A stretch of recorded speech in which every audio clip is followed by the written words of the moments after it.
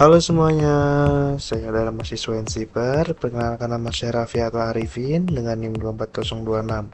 Nah, di sini saya akan membahas tentang komponen-komponen penting dari sebuah drone.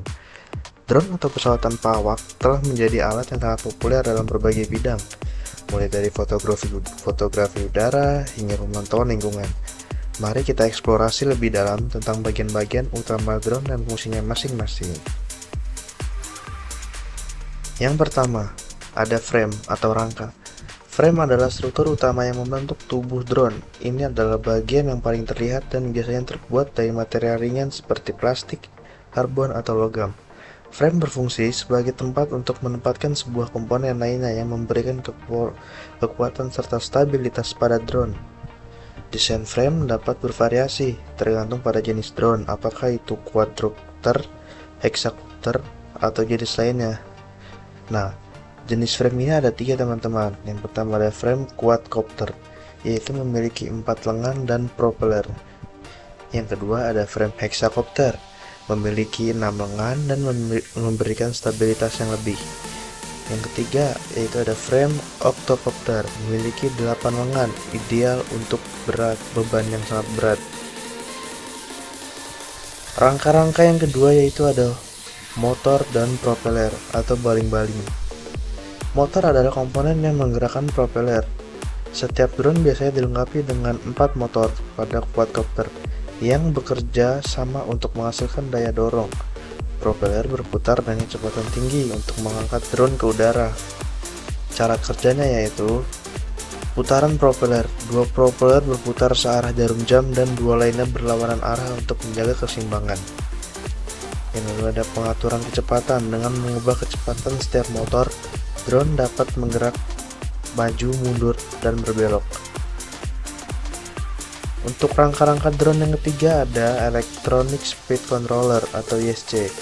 ESC adalah komponen yang sangat penting dalam sistem pengendalian drone. Ini mengatur kecepatan motor berdasarkan sinyal yang diterima dari flight controller dengan mengontrol daya yang diberikan ke setiap motor. ESC memastikan bahwa drone dapat bergerak dengan stabil dan terkontrol selama penerbangan. Fungsi ESC yaitu pengaturan kecepatan motor, mengatur kecepatan putaran motor agar sesuai dengan perintah dari pilot. Yang kedua yaitu ada fungsi ESC, proteksi motor, mencegah kerusakan pada motor akibat arus berlebihan. Untuk rangka-rangka drone yang keempat ada Flight Controller. Flight Controller adalah otak dari drone.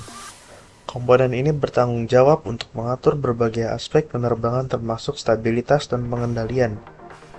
Ia menerima input dari sensor seperti gyro dan akselerometer untuk menjaga keseimbangan dan orientasi drone saat terbang.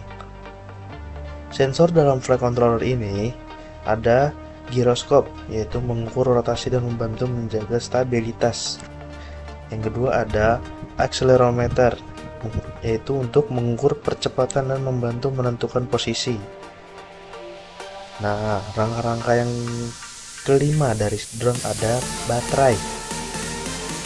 Baterai adalah sumber daya utama dari semua komponen drone termasuk motor dan flight controller.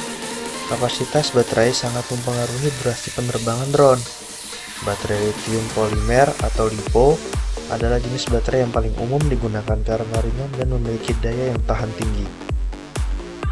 Nah, ada tipsnya untuk perawatan baterai, teman-teman. Yang pertama ada pengisian daya. Jangan biarkan baterai terlalu kosong sebelum diisi ulang. Yang kedua ada penyimpanan. Simpan baterai Anda di tempat yang sejuk dan kering untuk memperpanjang umur pakaiannya. Untuk rangka yang keenam dari bagian-bagian drone ada remote controller.